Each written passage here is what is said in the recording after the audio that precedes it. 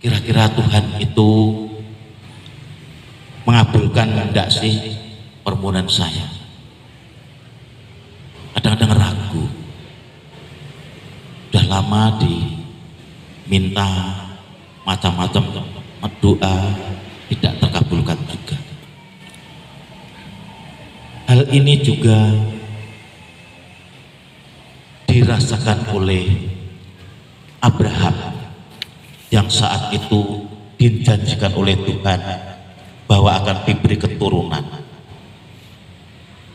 Abraham dengan doa yang khusyuk meminta keturunan, tapi sampai usia lanjut tidak juga diberi keturunan.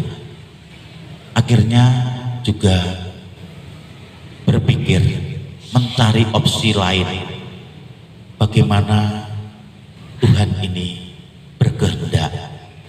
Maka diambillah si Hagar diambillah. Akhirnya lahirlah Ismail. Apakah itu yang dikehendaki Tuhan? Ternyata Tuhan tidak menghendaki itu. Tuhan setia akan janjinya. Bahkan di usia yang sudah rentah, di usia yang 100 tahun. Tapi saya kalau melihat membaca di kitab suci, orang-orang dulu itu usianya panjang-panjang ya. Ada yang 300-an tahun kan. Ada kalau membaca kitab suci itu ternyata panjang-panjang. 100 tahun kalau kita di zaman sekarang itu sudah langka banget. Sudah langka banget. Mungkin di Indonesia itu hanya berapa gelintir saja yang usianya mencapai 100-an tahun. Dan ini 100 tahun Abraham dan Sarah baru akan melahirkan. Hal ini membuktikan bahwa bagi Tuhan itu tidak ada hal yang mustahil. Ya, tidak ada hal yang mustahil gitu. Okay. Tidak ada hal yang mustahil. Semua bisa terjadi meskipun di usia yang sudah tua.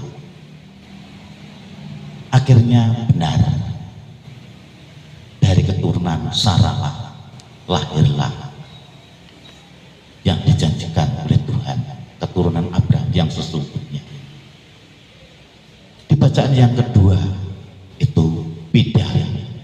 Kalau yang bacaan yang pertama itu menggambarkan keraguan-raguan Abraham akan kesetiaan Tuhan. Namun di bacaan yang kedua tadi saya menggarisbawahi bahwa seseorang yang dengan keberaniannya yang luar biasa, dengan kepercayaan yang penuh, dia berani datang menghadap Tuhan Yesus. Padahal mereka itu sedang sakit, yang saat itu sakitnya itu sakit yang sangat membahayakan dan ditakuti oleh orang banyak, yaitu sakit gila, kusta, sakit kusta. Itu sakit gila bukan ini, sakit kusta. Sakit kusta adalah penyakit yang kalau saya baca itu penyakit yang menular dan mematikan. Kalau menular tidak mematikan seperti flu, belek, terus kudis itu tidak menakutkan ya.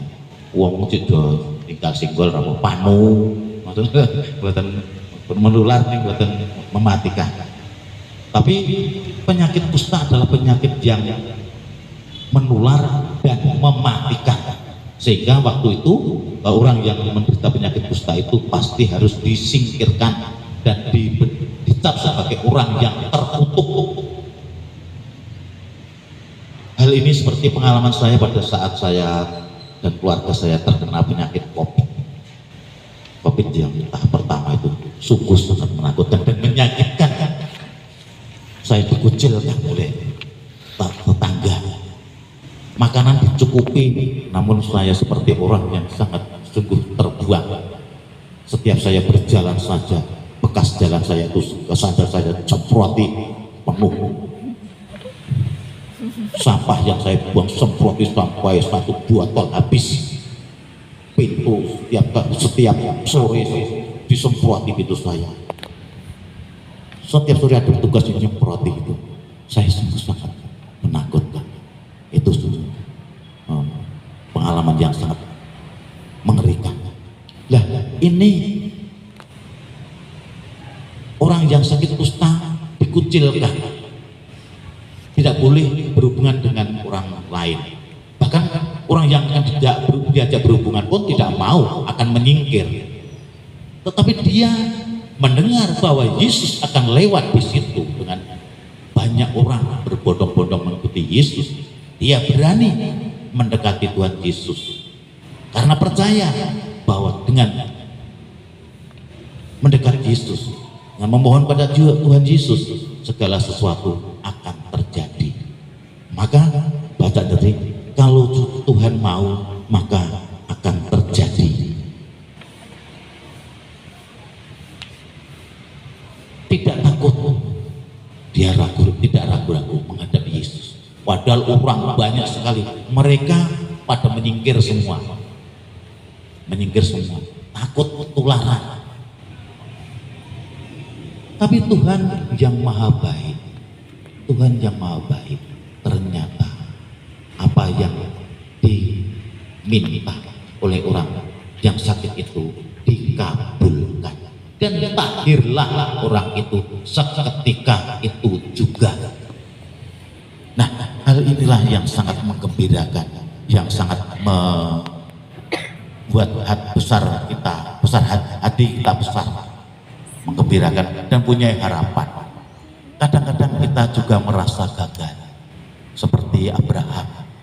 Kita sudah berdoa novena dalam PPDB, juga rosario, juga kemana-mana ujur. Kadang-kadang juga belum terkabul. Doa kita ini dikabulkan tidak sih oleh Tuhan? Tuhan mendengarkan tidak sih? Kadang-kadang ragu seperti itu. Namun kita percaya seperti orang yang sakit kusta itu, kita berani maju mendapati Tuhan Yesus, karena kita percaya seperti tadi, bagi Tuhan tidak ada hil-hil yang mustahil. Maka akan terjadi sesuatu yang luar biasa kepada sekolah kita. Kita percaya semua. Amin. Amin. Kemuliaan kepada Bapa, Putra dan Roh Kudus, seperti pada permulaan, sekarang, selalu dan sepanjang segala abad. Marilah kita memohon